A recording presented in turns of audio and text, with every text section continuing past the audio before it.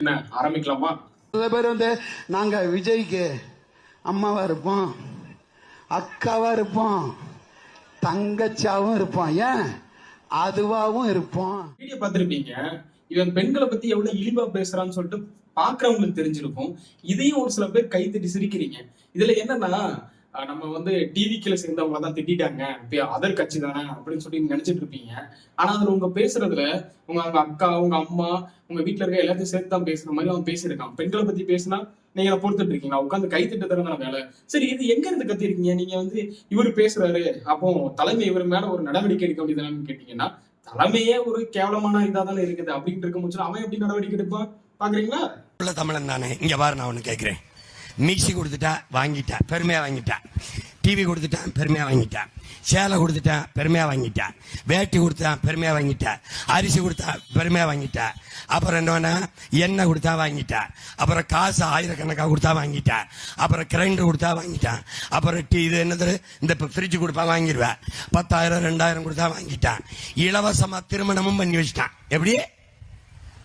இலவச திருமணங்கள் 63 வயது 63 ஜோடிகளுக்கு இலவச திருமணம். அது பார்த்திருப்ப. இப்போ அவன் இதே அறிவிப்பு எல்லாத்தையும் சகித்துக்கிட்டு எல்லாத்துக்கும் பெருமையா ஓட்டு போட்டிய நீ இலவசமா புள்ளதாரன்னு சொன்னா நீ ஏற்பியா? எப்படி ஃப்ரீயா பில்ல கொடுத்தா வாங்கிப்பியான்னு சொல்லிட்டு கேக்குறாரு. ஃப்ரீயா பில்ல கொடுத்தா வாங்கிப்பியான்னு சொல்லிட்டு கேக்குறாரு. ஃப்ரீயா உங்க வீட்டுல ஒரு 100 யூனிட் கரண்ட் இன்ன வரைக்கும் வாங்கிட்டு தானே இருக்கிறீங்க. அந்த கரண்ட் வேணா நீங்க சொல்ல தெரியுதா? மிஸ்டர் சீமான் அவர்களே, அண்ணன், உங்க பாசையில சொல்லணும்னா உங்க அண்ணன், உடற்பிறவா அண்ணன், என்னால உடன் பிறந்த அண்ணன் எப்படினாலும் வச்சுக்கீங்க. அவங்க அண்ணன் தானே கூப்பிடுறீங்க. அவர் வீட்டுல 100 யூனிட் இலவச மின்சாரம் தானே கொடுத்துட்டு இருக்காங்க.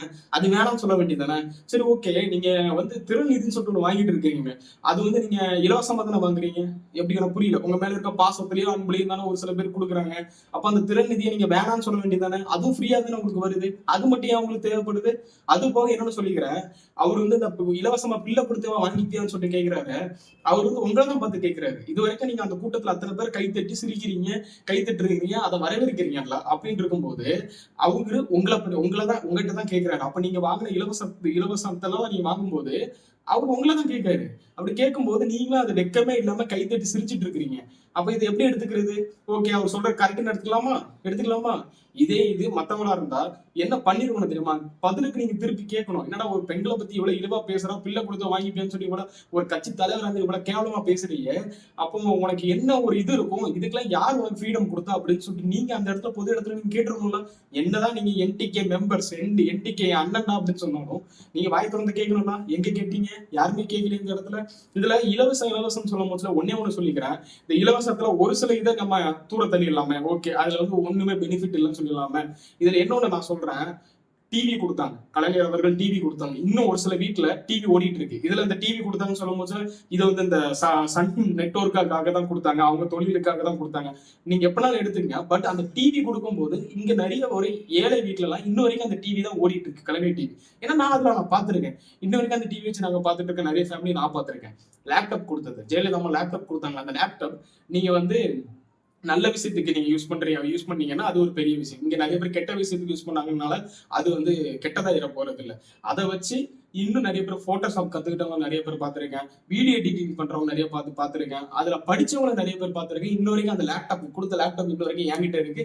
அதை வச்சு நான் நிறைய பெனிஃபிட் எனக்கு ஆயிருக்கு. இந்த மாதிரி யூடியூப்ஸ் வீடியோஸ் நான் எடிட் பண்றதுக்கு யூஸ் பண்ணிருக்கேன், போட்டோஷாப்புக்கு யூஸ் பண்ணிருக்கேன்.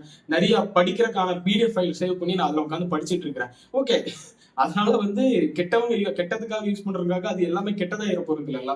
அரிசி நீங்க இன்ன வரைக்கும் அந்த அரிசி தரம் இல்லதான், அதை ஒத்துக்கு தான் செய்யணும். பட் அந்த அரிசி சாப்பிட்றவங்க இன்ன வரைக்கும் இருக்கதான் செய்யறாங்க. சீனி கொடுக்குறாங்க, அதுக்கு காசு வாங்கிட்டு தான் கொடுக்குறாங்கன்னு சொல்லலாம். இருந்தாலும் கம்மியா கொடுக்கும் போது, நம்ம கடையில வாங்குற பொருளோட கம்மியா கொடுக்கும் போது இங்க இன்னும் அதை வச்சு திங்கிறவங்களும் இருக்கதான் செய்யறாங்க, சாப்பிட்றவங்களும் இருக்கதான் செய்யறாங்க. நானே ரேஷன் அரிசி சாப்பிட்டு வந்தவங்க தான். அப்ப அதெல்லாம் எப்படி சொல்ல வரீங்க? இலவசம் கொடுத்து கெடுத்துட்டாங்க, நீ ஹெலிகாப்டர் கொடுக்குறேன்னு சொன்னீங்க, அந்த மாதிரி சொல்ல வரியா? அதெல்லாம் சாத்தியமா? வசதியா பெருமையா வாழ்றா, பிச்சை எடுக்காரா, தவிச்சது கையெண்ணாதரா. அண்ணா ஆட்சிக்கு வந்தா வசதியா பெருமையா எவங்கிட்ட கையேந்தாம வாழுன்னு சொல்ல வராங்க. சரி, எனக்கு ஒண்ணு புரியல. இப்ப நீங்க ஒண்ணு பண்ணிட்டு இருக்கீங்க, அப்ப அது என்னது? உங்களால் முடிந்த அளவிற்கு நிதி உதவி அளித்து எங்களை பொருளாதார சிரமமின்றி எங்களை வேகமாக முன்னோக்கி நகர்வதற்கு உதவுங்கள் என்று அன்போடு வேண்டுகிறேன். இது பேர் வந்து பிச்சை இல்ல, இது பேர் வந்து திறநிதி. அதனால அதை வந்து நீங்க பிச்சைன்னு சொல்ல முடியாதுல்ல, இது வந்து திறநிதி.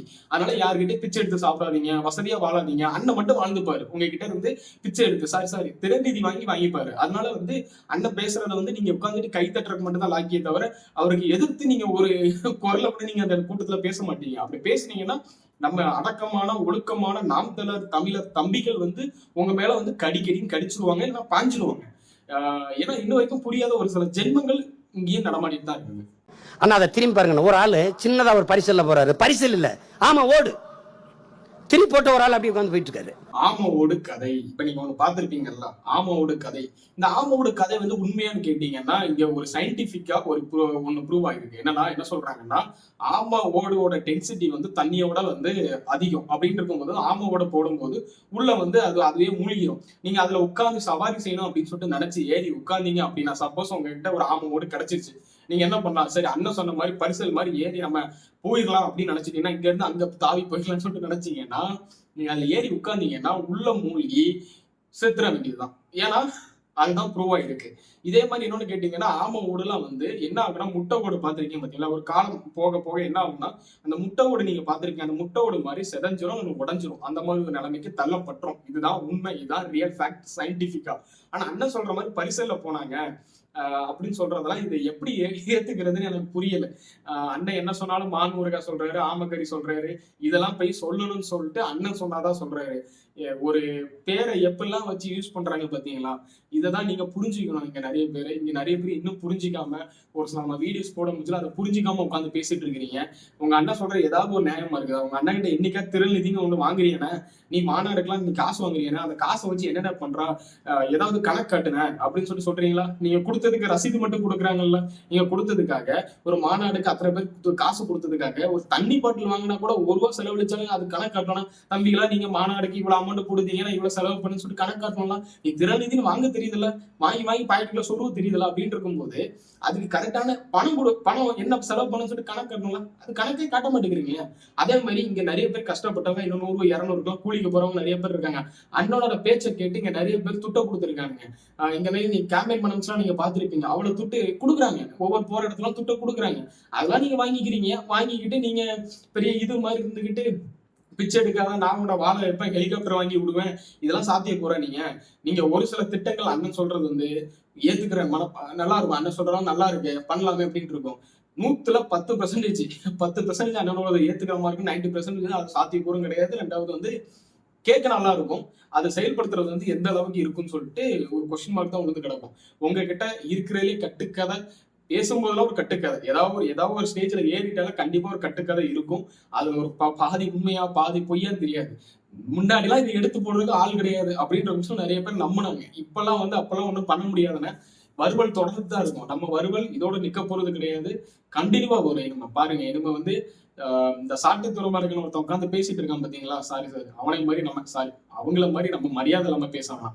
ஆனா அவங்க மரியாதை அவங்களே கெடுத்துக்கிறாங்க. ஏதோ பெரிய யூகேன் மாதிரி பேசிட்டு இருக்காங்களா, லைன் பை லைனா நம்ம வரும்.